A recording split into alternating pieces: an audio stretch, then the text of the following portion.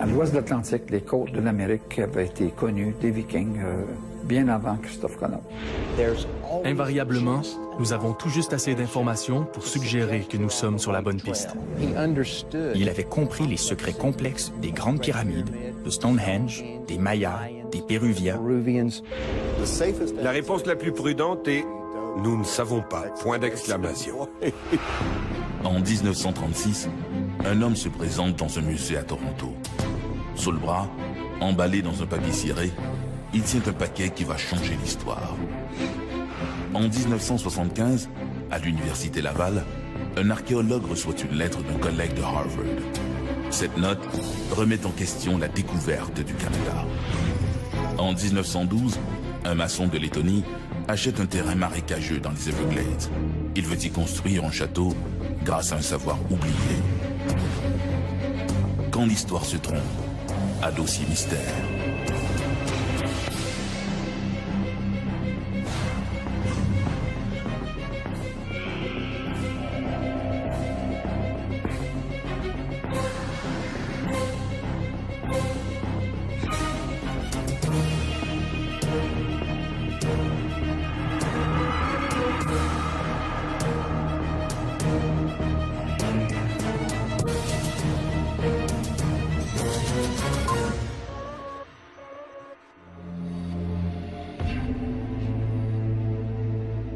On croit connaître l'histoire. Mais les recueils historiques, les manuscrits trouvés, sont-ils tous des documents objectifs?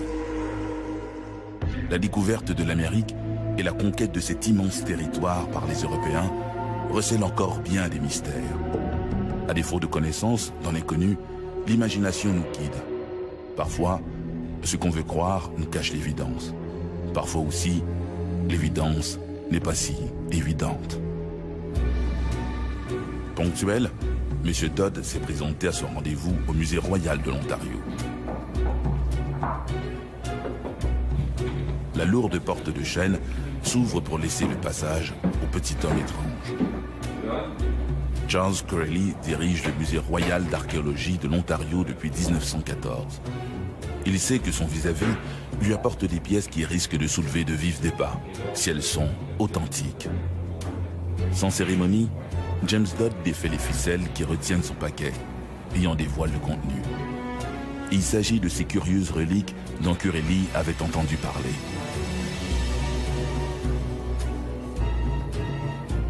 Pendant de longues secondes, Charles Corelli reste là, à contempler les objets. Il est perplexe. Charles Corelli l'ignore, mais ces reliques sont encore plus dangereuses qu'un fauve prêt à bondir sur lui. Ce sont les arcanes d'une énigme qui pourrait bien détruire sa crédibilité et celle du Musée royal de l'Ontario.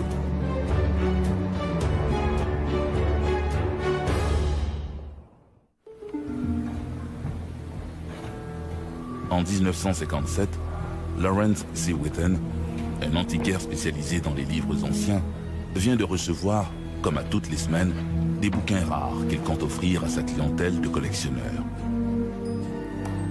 En les examinant un à un, il découvre dans un ancien codex le Historia Tartarorum, un parchemin sur lequel est tracée une curieuse carte.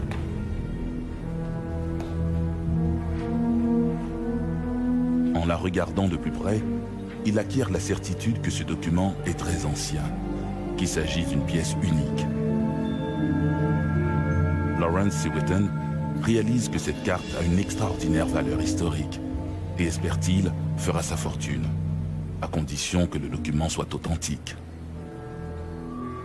Pendant 8 ans, le document va circuler en catimini parmi les experts qui en étudient la calligraphie, l'encre et le papier. Mais pourquoi tout ce secret? Parce que la carte en question montre une anomalie qu'on ne devrait pas retrouver sur un document réalisé dans la première moitié du XVe siècle. L'Amérique du Nord.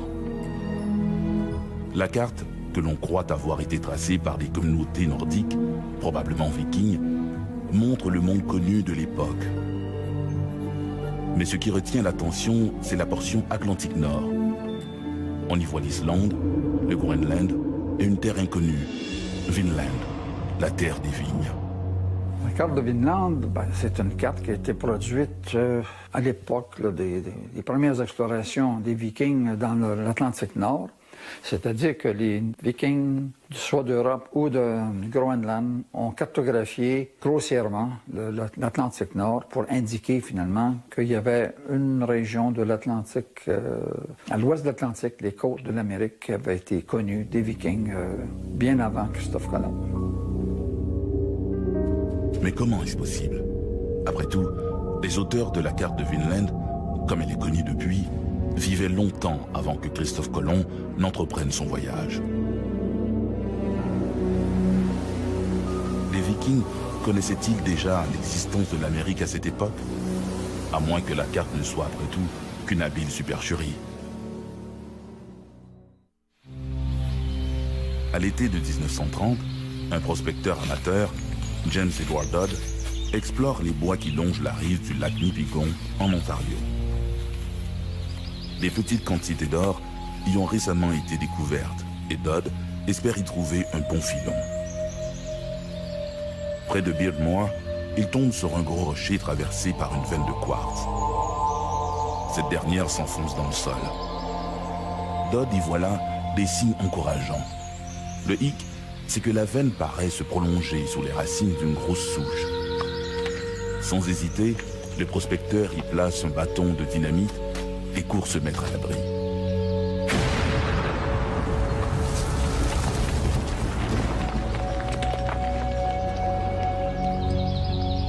La suite des événements va devenir la genèse d'une interminable controverse. Lorsque Dodd retourne près du rocher, il remarque, dans le petit cratère laissé par son dynamitage, un vieux morceau de fer rouillé. De sa main, il fouille la terre autour, puis trouve un second morceau, puis un troisième.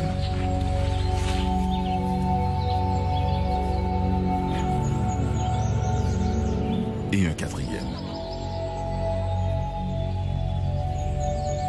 Après une trentaine de minutes, Dodd peut reconstituer le puzzle de ces débris. En fait, il y avait 3 reliques. Un bout d'épée, sous forme d'une pièce de métal, une tête de hache,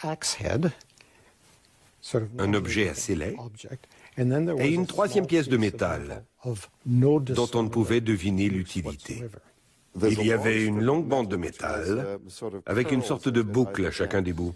On a supposé que c'était une partie de bouclier, ou de quelque chose qui était attaché à un bouclier. Parce que, rappelez-vous, les boucliers de l'époque étaient faits en bois, pas en métal. En fait, nous ne savons pas vraiment de quoi il s'agit. Et la nature de cet objet demeure un mystère.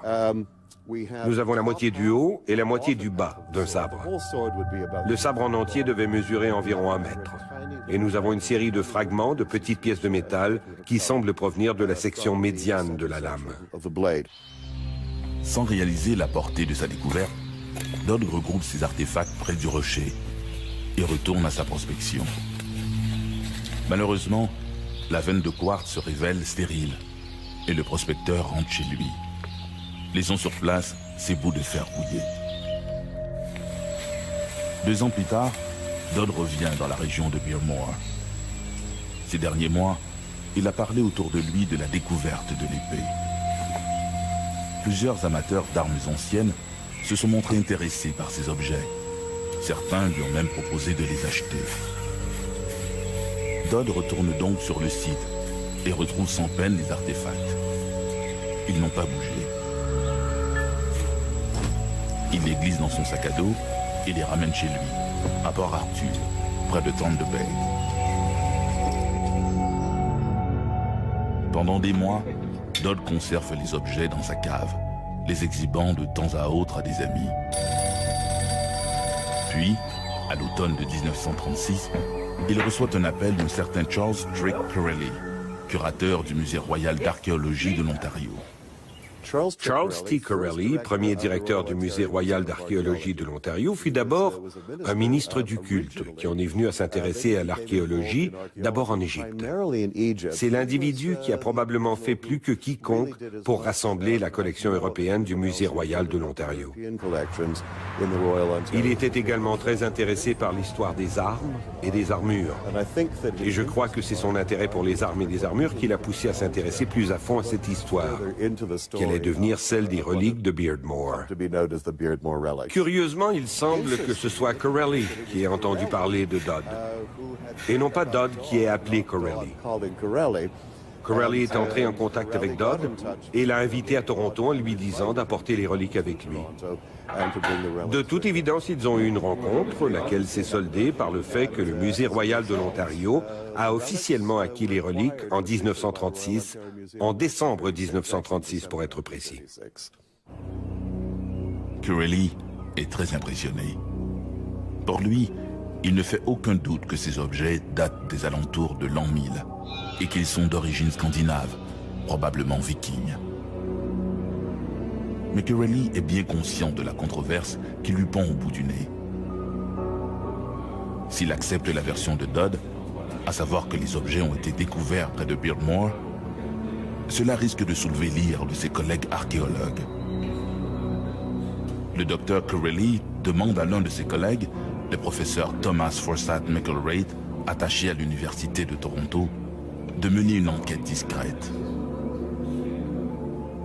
Implicitement, Corelli croyait en l'authenticité de la découverte. Aussi est-ce lui qui entra en contact avec Thomas McIlwraith pour lui demander d'aller enquêter sur le site. En 1937, accompagné de Dodd, McIlwraith s'acquittera de sa mission. C'était donc une année après que le Musée royal de l'Ontario eut acquis les reliques. Le musée avait versé la somme de 500 $, ce qui paraît peu de nos jours, mais rappelons-nous, nous sommes en 1936 au lendemain de la Grande Dépression, et vous devez multiplier au moins par 30 ou 40 pour avoir une idée de la somme actuelle. McIlwraith avait cru l'histoire de Dodd. Si bien que dans les faits, McIlwraith apportera un appui complémentaire à ce que Corelli avait appris de la bouche même de Dodd à propos de la découverte des pièces. Cette découverte archéologique, imaginez des artefacts nordiques découverts dans le nord de l'Ontario, apportait la preuve que les Vikings étaient venus ici 900 ans plus tôt, que l'Ontario était le lieu et la scène de la Wineland ou Vinland des contes épiques nordiques. C'était là une information absolument fascinante. Mais était-ce un canular ou était-ce de l'histoire? L'apparition des reliques de Beardmore sont-elles dues à une arnaque ou à une véritable découverte? C'est la question que se pose Charles T. Corelli après avoir rencontré James Dodd. Malgré quelques incohérences, le curateur croit les reliques authentiques et décide de les exposer dans le musée. Si les visiteurs sont ravis de voir ces anomalies historiques, des reliques vikings découvertes aux abords des grands lacs du Canada, les historiens, eux, se montrent hostiles à cette présentation publique. Ce cas devient encore plus complexe quand entre en scène un homme nommé Eli Rakoth. Dans une entrevue dans le Winnipeg Free Press, il prétend qu'il a vu ces reliques dans la maison de Dodd à Port-Arthur en 1928. Alors vous voyez ce qui se passe. Plus tard, il se rétractera et dira avoir aperçu les reliques en 1929 ou en 1930. Vous pouvez mesurer à quel point tout ceci devient confus.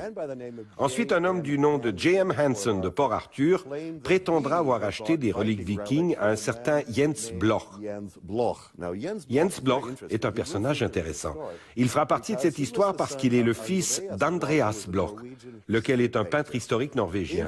Intéressant parce qu'Andreas Bloch, à titre de peintre historique, aurait travaillé sur des sujets tels les légendes des Vikings, l'histoire norvégienne, les légendes nordiques et ainsi de suite. Et Hansen prétendra avoir été en possession des objets, lesquels auraient disparu de sa maison, une maison qu'il possédait, alors que Dodd, et c'est reconnu, était son locataire. Mais la chose devient encore plus compliquée lorsque les deux, Ragoth et Hansen, vont plus tard se rétracter et nier leurs affirmations. Longtemps, on a cru que ces objets avaient appartenu à un gentleman originaire de Norvège, lequel s'était installé à Port Arthur, et que Dodd les lui aurait achetés. Ensuite, il aurait prétendu les avoir déterrés et aurait raconté à Corelli qu'ils avaient été trouvés in situ, c'est-à-dire dans le lieu actuel, dans le sol.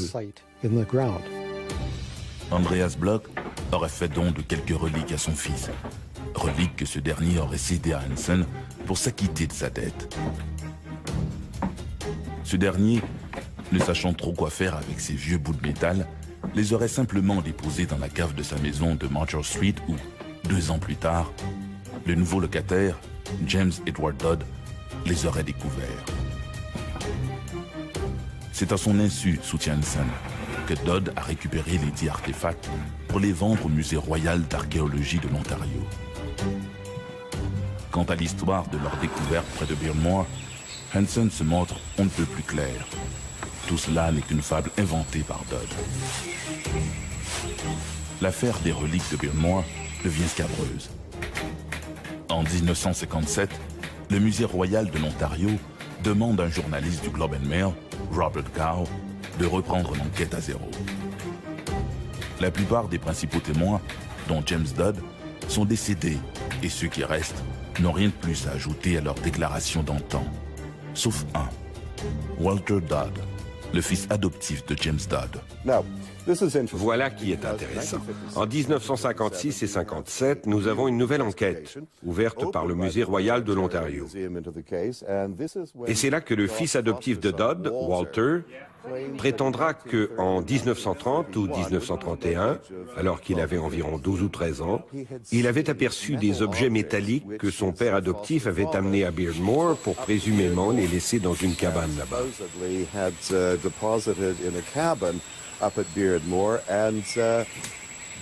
Le garçon aurait vu, et c'est là une citation du témoignage de Walter Dodd, qu'il aurait vu Dodd partir pour la cabane de Beardmore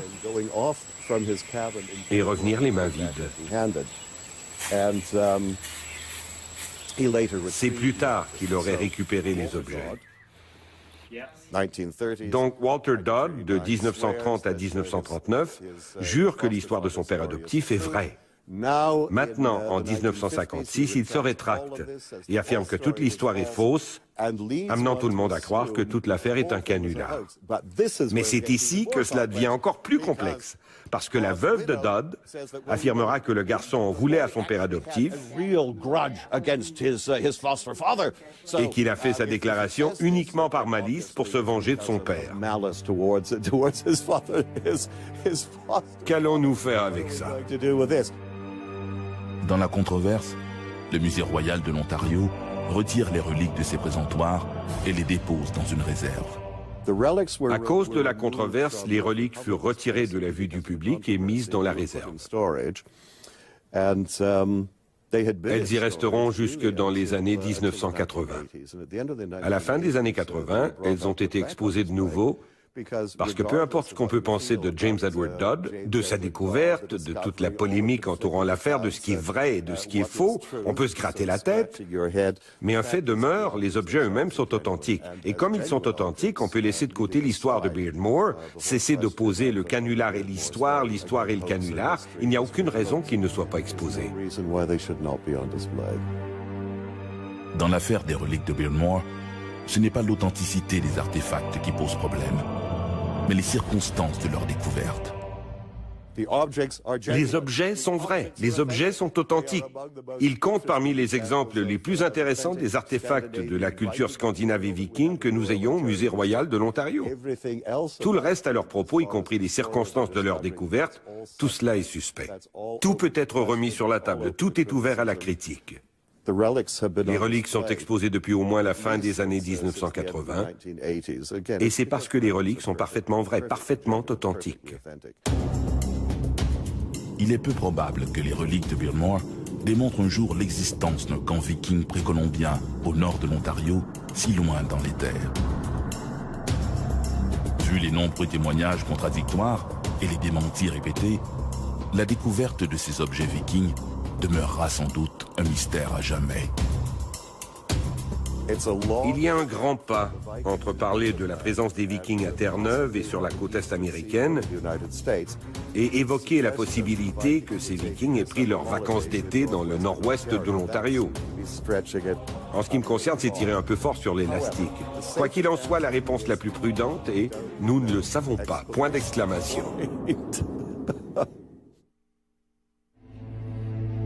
Les reliques de Bearmore ont-elles été présentées de manière malhonnête par James Dodd? Peut-être. Et dans cet océan d'hypothèses, des preuves s'accumulent sur une ancienne occupation européenne de l'Amérique du Nord, et ce bien avant Colomb. Des marques très anciennes sur des pierres, des ruines inexplicables, défient l'histoire officielle. La mystification peut-elle tout justifier? Confortablement installé dans son bureau, le professeur et archéologue Thomas E. Lee a reçu la réponse qu'il attendait de Barry Fell, un épigraphe amateur de l'université Harvard. Pour l'archéologue, cette lettre est peut-être l'aboutissement d'une quête qu'il mène depuis maintenant 9 ans. La missive confirme en effet ce que le vieil archéologue n'avait osé espérer. Barry Fell affirme que les marques apparaissant sur les pierres de Sherbrooke seraient des inscriptions d'origine phénicienne. À cette seule pensée, le vieil archéologue ne peut s'empêcher de sourire.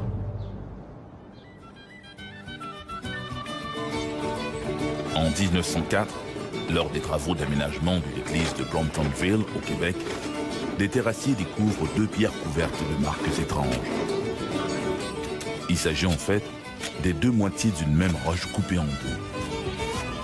Pendant quelques jours, ces pierres vont devenir des objets de curiosité. Puis, à la fin des travaux, un villageois les récupère pour les incorporer aux marches de pierre de sa maison. Elles y resteront pendant des années. Puis, vers 1910, le nouveau curé de Bromptonville décide de les envoyer au musée du séminaire de Sherbrooke, convaincu de leur valeur historique.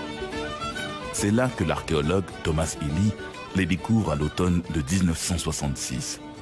Thomas Lee était attaché à l'Université Laval. Il y avait un institut d'études nordiques à l'Université Laval.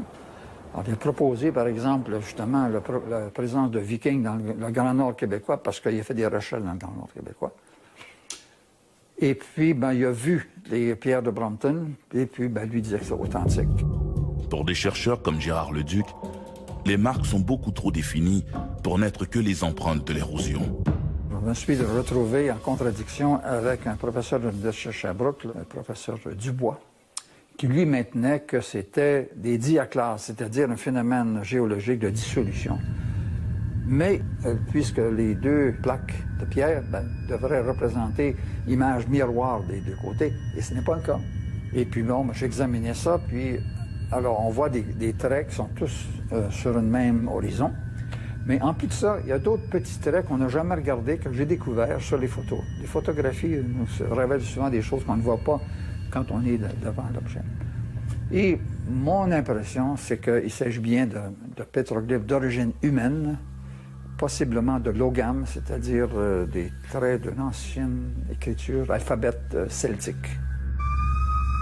Si ces inscriptions sont effectivement de nature celtique, cela signifie que les voyageurs venus de pays scandinaves ont non seulement devancé Christophe Colomb en terre d'Amérique, mais qu'ils y ont aussi établi des colonies. Ce sont ces mêmes explorateurs qui pourraient être responsables de l'une des plus surprenantes énigmes de pierre d'Amérique du Nord. Mystery Hill. Mystery Hill est en fait 3 structures en une. Sur un acre, c'est un ensemble de structures de pierre entourées sur 12 acres par une série de murs dont certaines pierres présentent diverses composantes de calendrier. Entourant le tout, vous avez 100 acres de forêt où nous continuons à faire des découvertes ici et là. Situé près de North Salem, au New Hampshire, Mystery Hill se présente comme un ensemble de chambres basses, de cavernes et de murets construits à la manière de ces tumulus que l'on retrouve un peu partout en Europe de l'Ouest et dont certains remontent à 5000 ans. avec d'autres constructions mégalithiques à la symbolique mystérieuse, les cairns, dont ceux de Skarabrae, dévoilés au monde par une violente tempête en 1850, soulèvent encore bien des questions sans réponse. En Amérique, Mystery Hill, qui couvre plus de 12 hectares, est connu depuis des générations, et personne ne sait exactement qui l'a aménagé. L'identité des constructeurs de Mystery Hill demeure à ce jour un mystère. Nous savons que nous avons affaire à une culture qui remonte à 2000 avant Jésus-Christ et qui travaillait avec des outils de pierre pour graver des calendriers solaires, lunaires, stellaires, très précis. La présence de pierres alignées en fonction de certains événements astronomiques, comme à Stonehenge en Angleterre, accrédite l'hypothèse d'une origine européenne du site.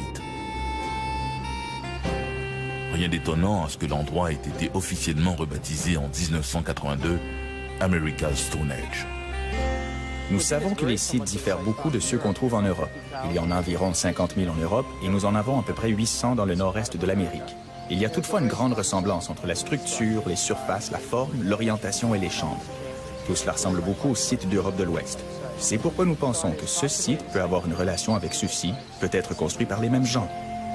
Les structures comme celle de Mystery Hill existeraient à d'autres endroits le long de la côte est de l'Amérique du Nord. On trouve des constructions de pierre partout en Nouvelle-Angleterre et dans le nord de l'État de New York. En fait, il est plus difficile de dresser une liste des endroits où il n'y en a pas que des endroits où il y en a. Les structures de Mystery Hill peuvent tout aussi bien avoir été aménagées il y a 1000 ans par des voyageurs venus d'Europe que par des pionniers irlandais venus s'installer dans la région il y a 250 ans. Il y a différentes théories sur l'identité des gens qui ont construit ces sites. Certains croient que c'est relativement récent, quelques centaines d'années. Nous savons que les Amérindiens vivaient ici, au New Hampshire, il y a 10 000 ans. Mais nous ne croyons pas qu'ils soient à l'origine de ces sites. Nous croyons que ce sont des gens de l'extérieur qui ont construit ça. Des gens du Vieux Monde, probablement d'Europe de l'Ouest, où il y a à peu près 50 000 sites semblables.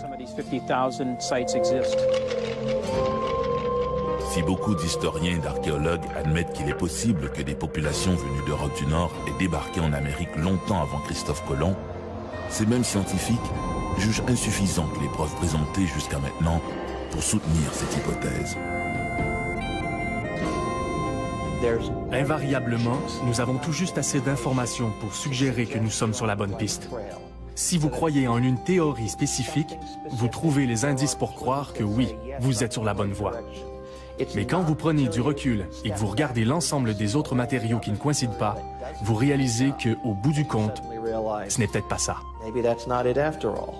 C'est triste à dire, mais dans le domaine de l'archéologie historique, par exemple, c'est un peu comme une chasse gardée, et ceux qui maintiennent une certaine philosophie, une certaine théorie, la défendent bec et ongle contre n'importe qui autre qui va proposer le contraire ou proposer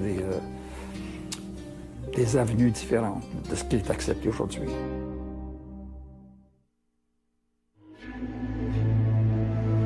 Dans son livre « Histoire inconnue des hommes depuis 100 000 ans », Robert Charroux soutient que plusieurs grands monuments de l'histoire n'auraient pas pu être érigés sans un savoir supérieur. Selon lui, les architectes des pyramides égyptiennes et mayas étaient nécessairement les gardiens de secrets fantastiques.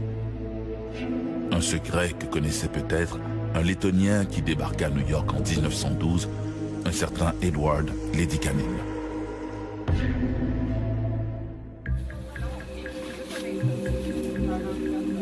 Armés de lampes de poche, les deux adolescents s'avancent en catimini dans la forêt. Se balader en pleine nuit dans ce secteur boisé des Everglades peut rapidement se changer en excursion périlleuse. À l'orée du bois, ils distinguent celui qu'ils sont venus épier. L'énigmatique Monsieur Ed, un immigrant qui interdit à quiconque de s'approcher de son mystérieux chantier. Il n'y travaille que la nuit, selon les rumeurs. Les adolescents évitent tout bruit. Ils ne veulent surtout pas être repérés par l'homme qui semble chercher quelque chose dans le chantier mal éclairé. L'homme regarde soudain leur direction. Les adolescents n'osent plus s'enfuir, même s'ils pensent apercevoir un immense rocher flotter dans les airs face à eux. Éberlués, Les deux adolescents s'interrogent du regard. Qui les croira? Depuis quelque temps, les habitants de Florida City s'interrogent sur l'homme à la bicyclette, qu'ils aperçoivent occasionnellement transportant de vieux objets rouillés et des câblages défaits. Personne ne sait exactement d'où vient ce jeune immigré, ni ce qu'il fait. Edward Leedskalnin était un homme simple, issu d'une famille tout aussi simple, qui vivait en banlieue de Riga, en Lettonie. Enfant, Ed était très malade. Ça, nous le savons. Il avait abandonné ses études en 4e année parce qu'il ne pouvait pas se rendre à l'école tous les jours. Il s'est alors mis à la lecture. Il a lu des livres sur l'Atlantide, sur le magnétisme, sur Stonehenge, sur les Mayas. Tout ce qu'il lisait était en rapport avec le magnétisme, l'époque de l'Atlantide et les temps anciens. À l'âge de 26 ans, il s'est fiancé à une jeune fille de 16 ans nommée Agnes Scoff. Mais la veille de la cérémonie du mariage, Agnès lui a dit « Non, je ne t'épouserai pas ». Et dès le lendemain, Ed, le cœur brisé, s'embarqua vers l'Amérique. En 1920, atteint d'une forme de tuberculose, Ed décide de s'établir plus au sud pour profiter du climat. Il est probable que Ed s'est fait conseiller par un médecin de déménager en Floride, parce qu'il n'y avait pas de traitement pour la tuberculose, sinon le soleil. Et c'est comme ça que Ed s'est retrouvé sur les routes de Floride dans les années 1921-22.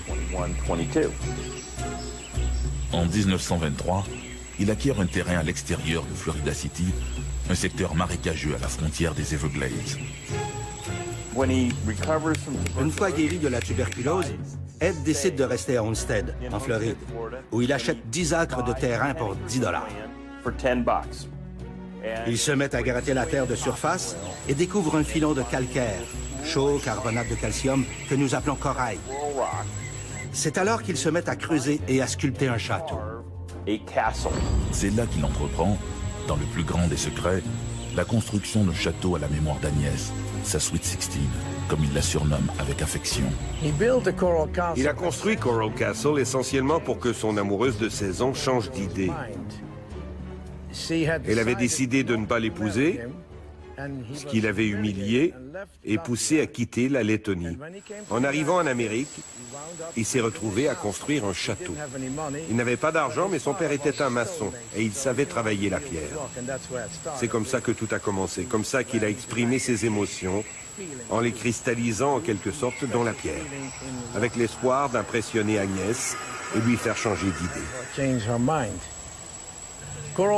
N'eût été d'une jeune fille de 16 ans qui avait refusé d'épouser Edward Leedskalnin, Coral Castle n'aurait jamais existé.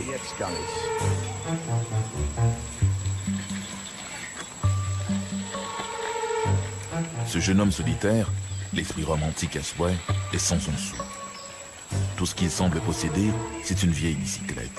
Son physique est frêle, mais de son regard émane une certaine vivacité d'esprit inutile, puisqu'il ne semble la partager avec personne. Ed est définitivement quelqu'un de très secret. C'était un type qui n'avait pas d'argent. C'était un homme de petite taille, mais qui avait l'intelligence de créer des outils simples pour servir de levier qui pouvaient déplacer des rochers énormes avec des moyens de fortune.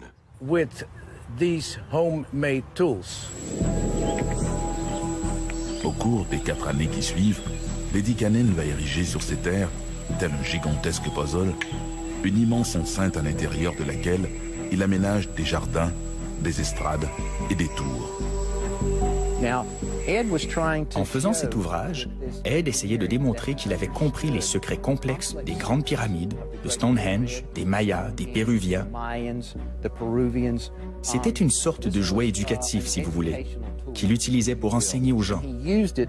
Une pierre symbolisait le menhir de Stonehenge, de manière à expliquer « j'ai compris le secret de Stonehenge », une autre pour les pyramides, les Mayas, les Péruviens, et ainsi de suite. Et toutes ces pierres étaient emménagées sur le site. L'une d'entre elles, sa table de pierre en forme de cœur, pesait, croyez-le ou non, près de 2500 kilos. Et il se justifiait en disant « Je suis un homme pauvre et je n'ai pas toujours de l'argent, disait-il. Et si je n'arrive pas à donner à Agnès un cadeau de Saint-Valentin, Quand nous nous asseoirons ensemble pour dîner à la table de Saint-Valentin, elle se rappellera que je l'aime, même si je suis distrait de nature.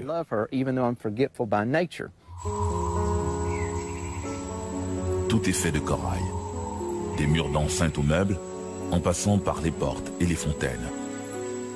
Cet hymne à la passion est entièrement fait de blocs de pierre sculptés à même les bancs coralliens, assemblés, semble-t-il, uniquement grâce à des outils rudimentaires faits de vieilles pièces de voiture et de ferrailles recyclées.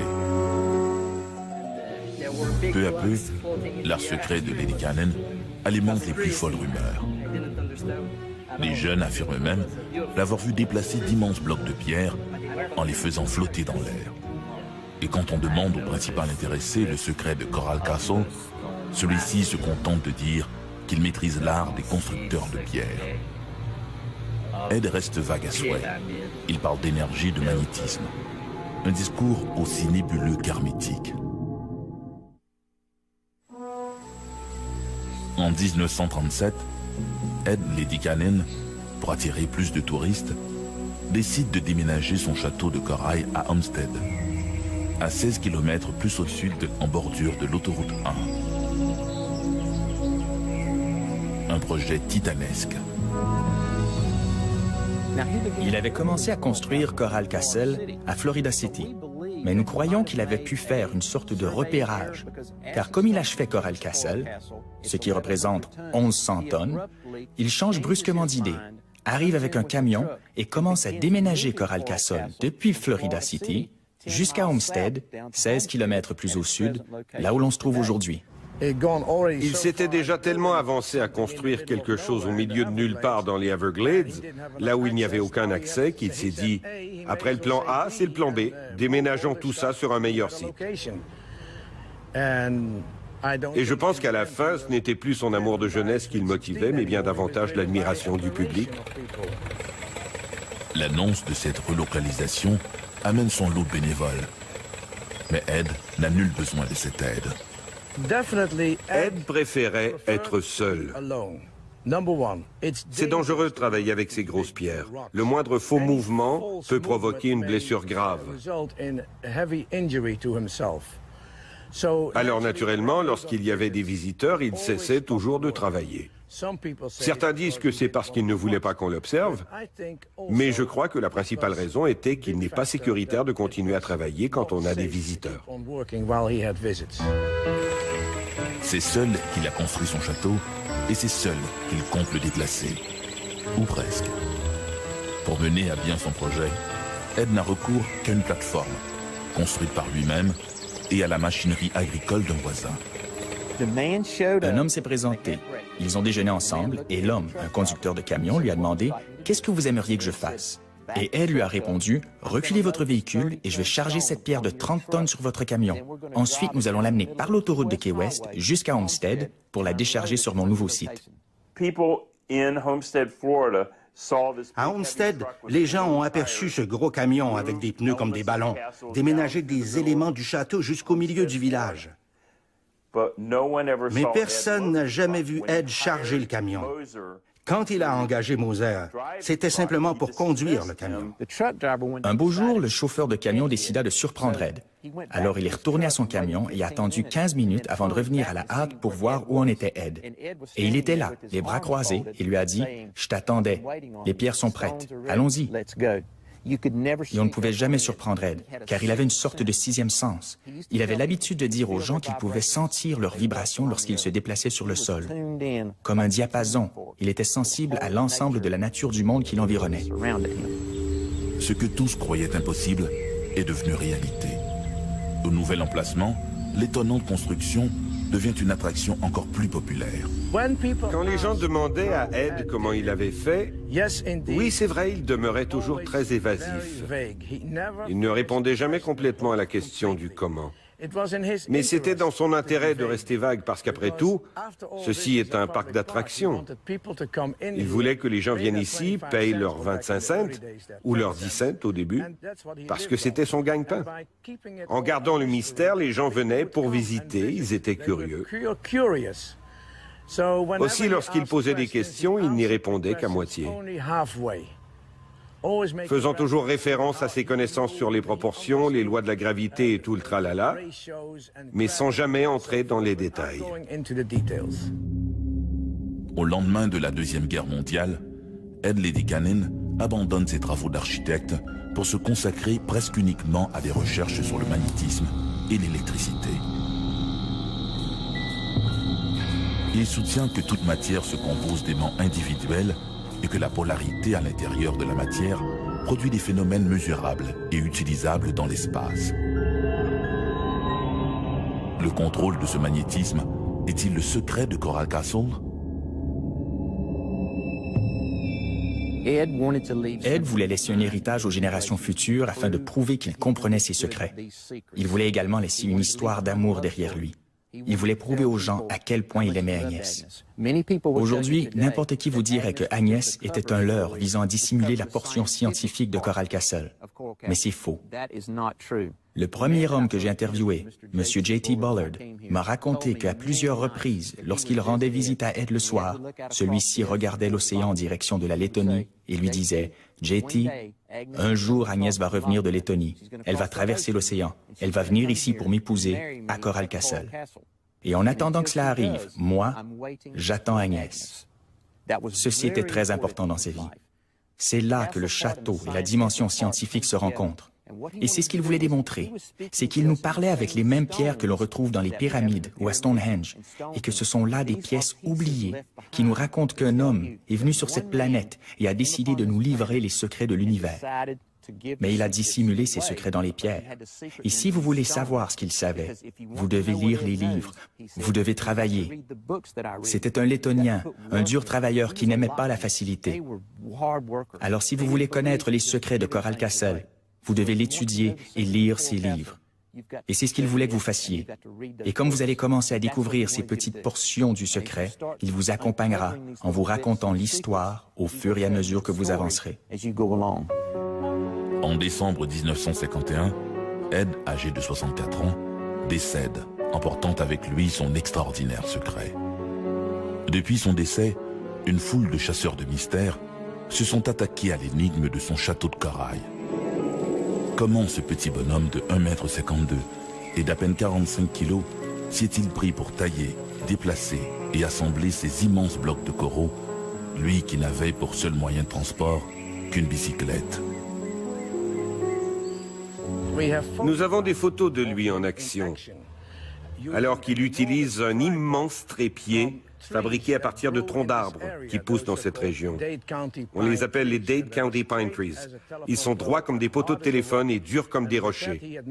Avec ça, il avait fabriqué plusieurs trépieds. Et avec ces trépieds, il était capable de soulever partiellement les pierres, de sorte que le déplacement des pierres pouvait par la suite se faire sur des rouleaux. Sur de rares photographies prises lors de la construction du Coral Castle, on peut voir un dispositif formé de 3 poteaux de téléphone disposés en tripode et surmontés d'une boîte carrée. Des câbles ou des fils sortent de cette boîte et pendent entre les poteaux. Aucun dispositif de ce genre n'a été trouvé dans l'atelier de Ed après sa mort. En 1992, au lendemain de l'ouragan Andrew, les GI se seraient livrés à une fouille minutieuse des lieux. Tout au fond d'un puits, ils auraient découvert la mystérieuse boîte dont Ed se servait pour déplacer ses pierres et qui serait depuis entreposée dans un lieu secret. Aujourd'hui, Coral Castle est une importante attraction touristique. Chaque année, des milliers de visiteurs s'émerveillent devant le travail accompli en ces lieux. Certains croient que le secret de Ed Ledikainen reposerait sur une nouvelle connaissance dans l'utilisation des forces présentes dans la matière. D'autres résument plutôt que la magie de Ed tient en un mot: la persévérance. Nous avons vu ce que nous avons vu. Nous avons des affidavits, nous avons des photos, nous avons des marques sur les pierres qui montrent la façon dont il les a déplacées. Encore une fois, sans entrer dans les détails, Ed a utilisé des outils simples qu'il a trouvés dans un cimetière d'auto voisin et qu'il a su adapter pour déplacer ses pierres, toujours petit à petit. Ed ne possédait qu'une seule richesse en grande quantité, et c'était le temps.